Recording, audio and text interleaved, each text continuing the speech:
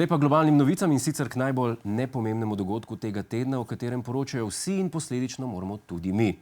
In s tem ne mislim na potop Barcelone v polfinalu Lige prvakov, ampak na rojstvo 7. v vrsti za britanski prestol. In kako je porod svojega prvega otroka doživel princ Harry? Mother and baby are doing incredibly well. It's been the most amazing experience I can ever possibly imagine.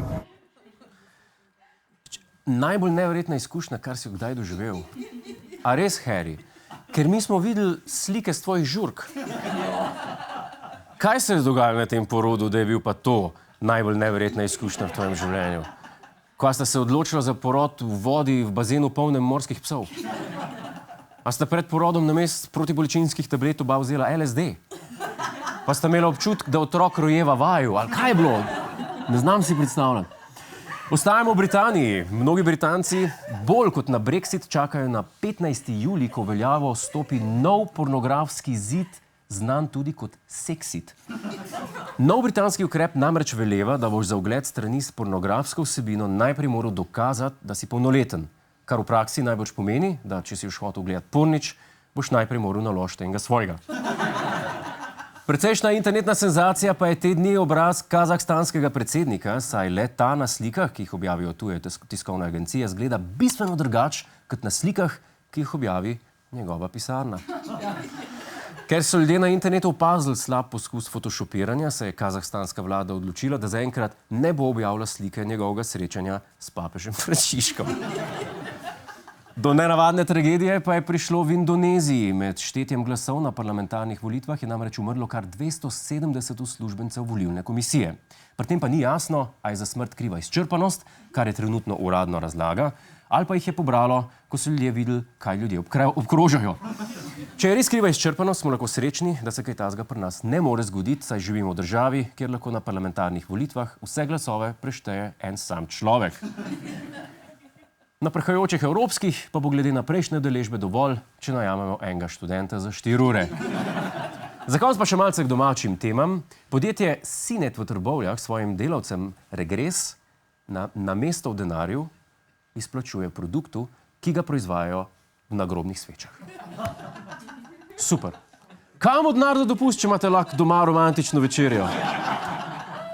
Potezo je trboveljsko sodišče priznalo za legalno, kar pomeni, da lahko delavci te sveče letos prižgejo tudi ob grobu delavskih pravic.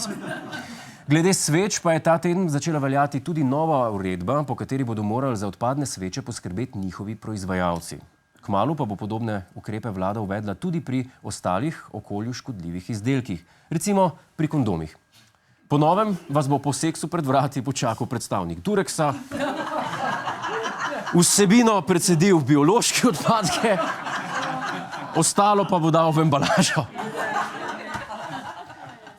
Kaj, še demonstriral sem vam? A ni grozno.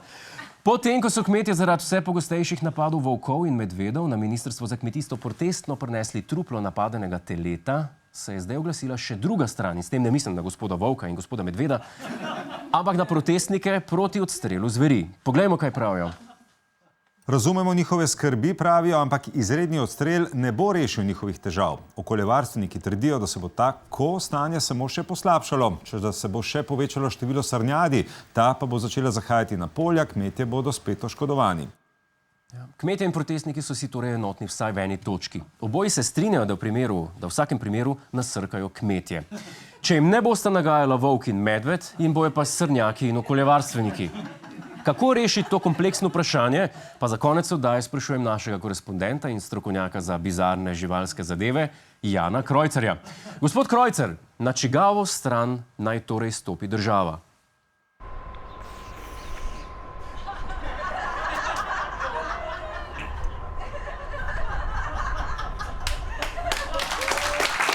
Hvala lepa, gospod Krojcar.